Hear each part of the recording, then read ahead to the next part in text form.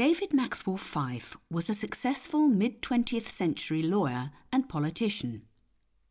He wrote of his final elevation, "To have become Lord Chancellor of Great Britain with no advantage of wealth, station or influence is something of which I hope my children are proud." Nevertheless, he further wrote, "I would describe my role as that of an actor, given a small walking-on role in a mighty drama. Few people may notice him, but he sees a good deal." For a short period, between the late autumn of 1945 and the early winter of 1950, Maxwell Fyfe emerged from the shadows to become centre stage in the shaping of the world that was to come. Although in opposition in Parliament, and at times at loggerheads with the establishment, Maxwell Fyfe played a role first as prosecutor, memorably cross-examining Goering at the Nuremberg war crimes trials, and then as the driving force behind the European Convention on Human Rights. So what made Maxwell Fyfe, and what did he believe?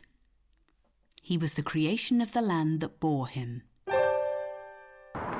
I have always been a romantic, and for me, the past is peopled with brave and generous spirits.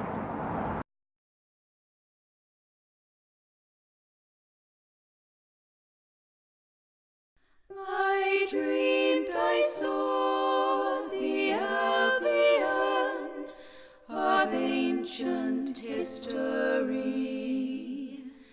a sceptred isle, a precious stone set in a silver sea, possessed by giants and knights so bold, a mythic treasury. So fair this golden land, so free.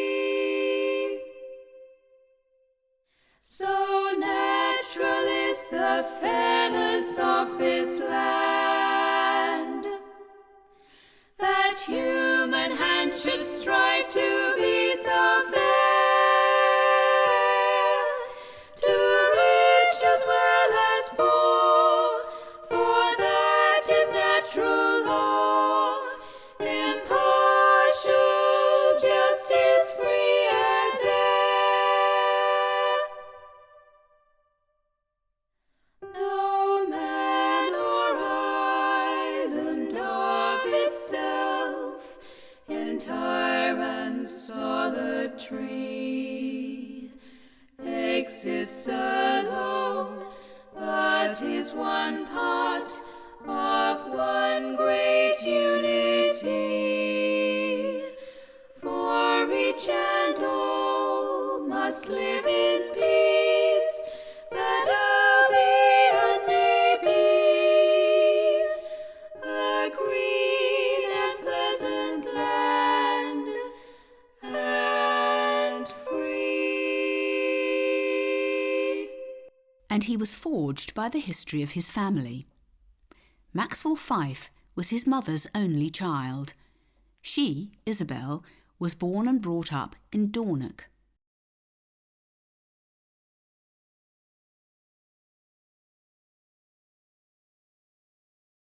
To me, the old tales are very close. Uncle Hugh's report to the Napier Commission.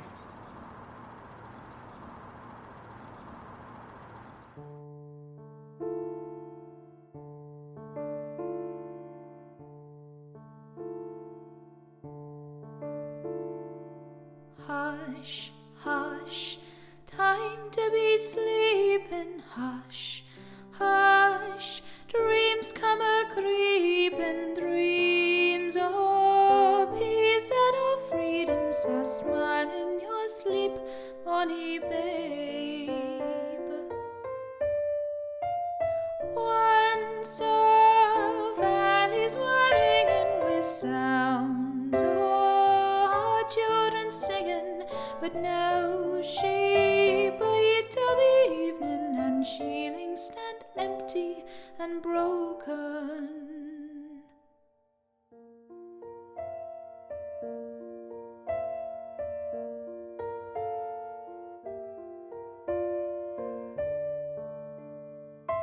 I was elected delegate for Crick, as I am the executor of a late Donald Fraser, farmer and miller at Migdale, who was evicted under exceptionally painful circumstances in 1877. In 1785, the late John Fraser, on his return from the American War where he had served, took the mill and lands of Milton of Migdale, owned by the late distinguished agriculturalist George Dempster. A number of the Migdale tenants succeeded in obtaining in 1798 a perpetual lease of their holdings. The original tack is in my possession. It granted perpetual tenure.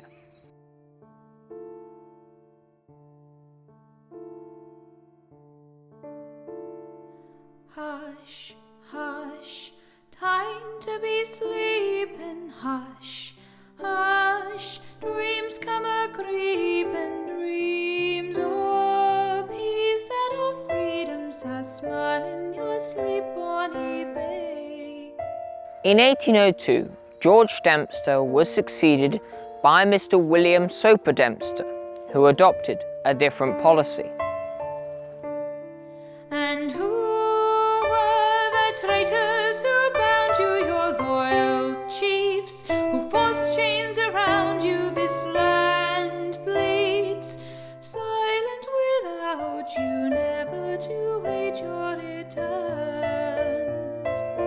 John Fraser died in 1810 and was succeeded in terms of the tack by his son Hugh, who occupied the farm until his death in 1876. During his occupancy, the farm was greatly improved.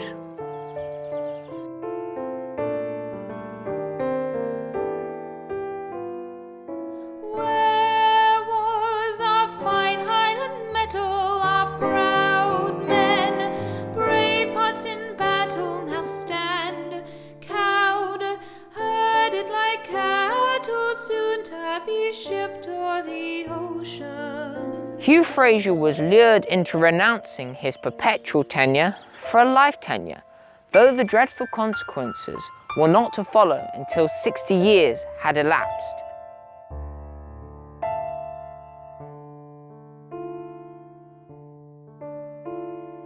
Hush, hush, time to be sleeping. Hush, hush, dreams come a-creeping, dreams of peace and of freedom. So smile in your sleep, bonny babe.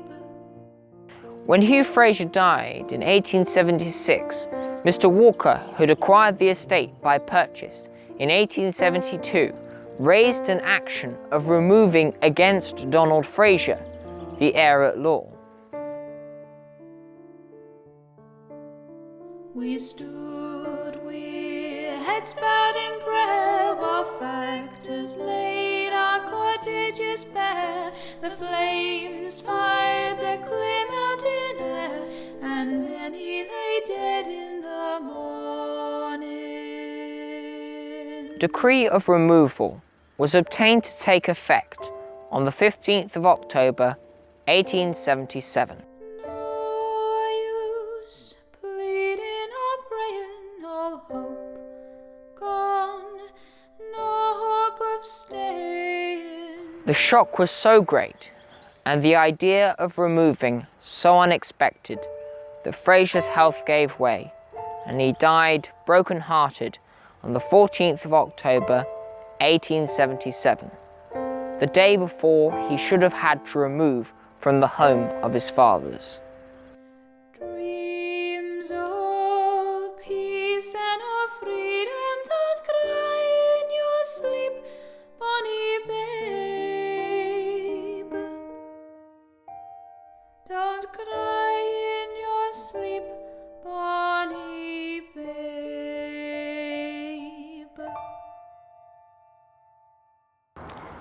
I hold that it is monstrous that in our country there should exist a system of land laws whereby such a chain of events as those narrated above could be at all possible. Maxwell Fyfe was born and brought up in Edinburgh with holidays in Sutherland. At 18, he went to university in Oxford, and then, as a young lawyer, served on the Northern Circuit in Liverpool. And it was the constituency of West Derby in that city that he was to serve as MP.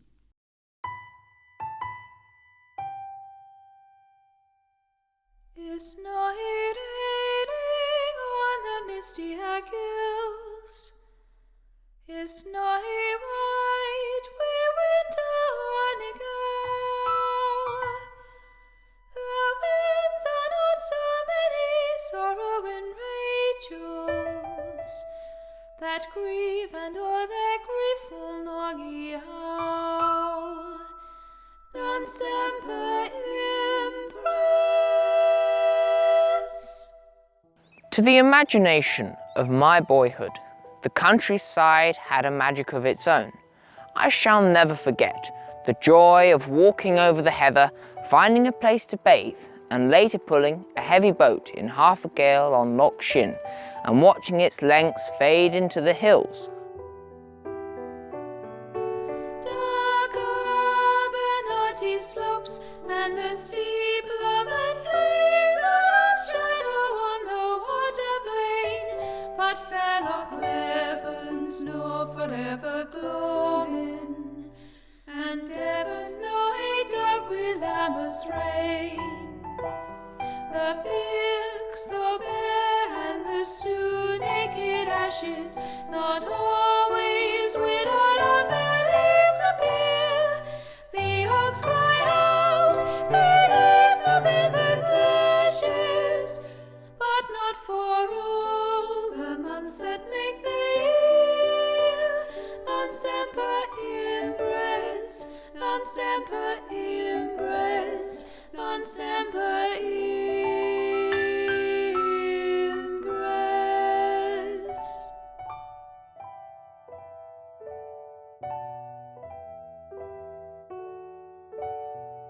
Memory is a highly selective instrument. Looking back, the years of manhood present themselves in a kind of opaque mist in which certain events stand out clearly, in much the same manner that the sun picks out individual landmarks on a fitful summer day. Non semper impress, non semper impress, non semper impress.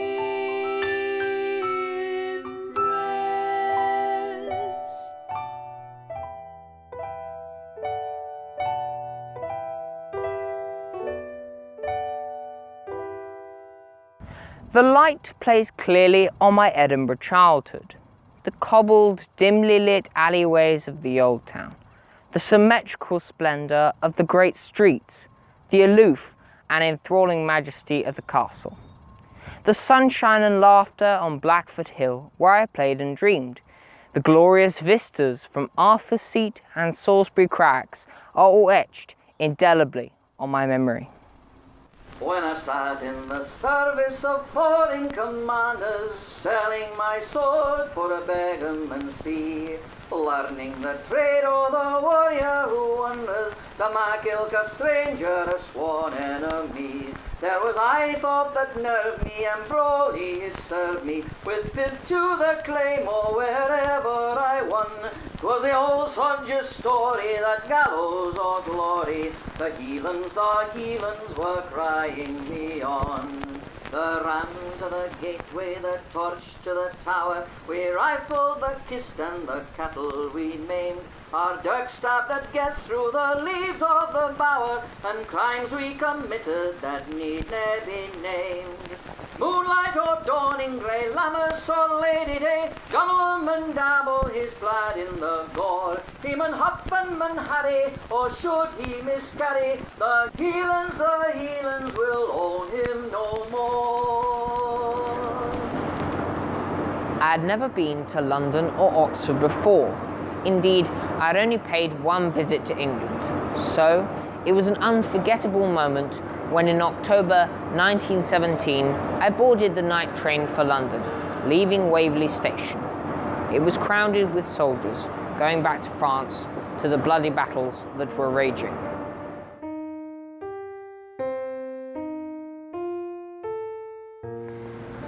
I arrived in Oxford in the evening. I was enormously thrilled. The collection of college buildings was something which staggered my imagination. The beginning of my lifelong legal and political connection with Liverpool could not have been less inspiring. I did not know a soul in this vast, cloud-enshrouded, mushy and weeping city. In 1924, I got engaged to Sylvia Harrison. I suppose that we looked like a complete pair of infants. I cannot adequately express the emotions of pride and happiness when I first entered the Palace at Westminster as of right, a Member of Parliament. To enter the House of Commons is not merely to enter a political institution. It is coming upon a new world, complex, hazardous, inconstant, demanding, and perpetually fascinating.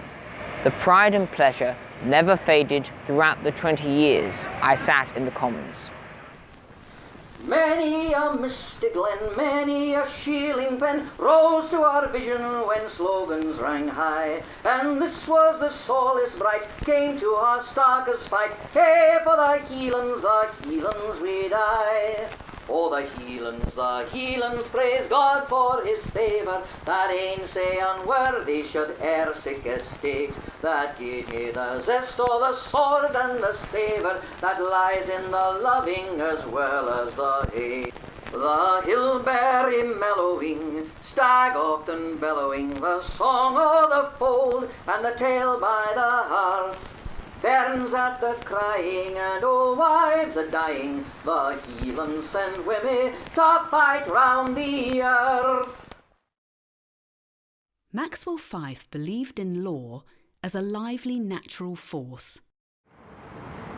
History has taught us, time and time again, that no society can long endure which is not based on morality and order. But it takes time to build a free society and a sound system of justice. Wherefore we will and firmly decree that the English Church shall be free, and that the subjects of our realm shall have and hold all aforesaid liberties shall be free, all aforesaid liberties shall be free. In 1924, a young lawyer such as I thought of the rule of law as something unassailable. We imagined that the horrors and sacrifices of the First World War had not been futile, and that mankind had at last learnt its lesson, and would henceforth live in accordance with reason. What happened to these fond imaginings? Every hope that we nursed was disappointed. Reason was once more dethroned. One brutalizing dogma after another bore dreadful fruit. Rights and concessions freely, quietly, duly and in peace, fully, entirely. Wherefore we will and firmly decree all aforesaid liberties shall be free, forever shall be free. Yet there is a doctrine which has for various reasons become a little dusty and old-fashioned in recent years, and which I myself should like to see restored to the position that it used to occupy. I refer to the doctrine of the law of nature. You may throw out nature with a pitchfork, said a Latin poet, who was also a good gardener, but you will always come back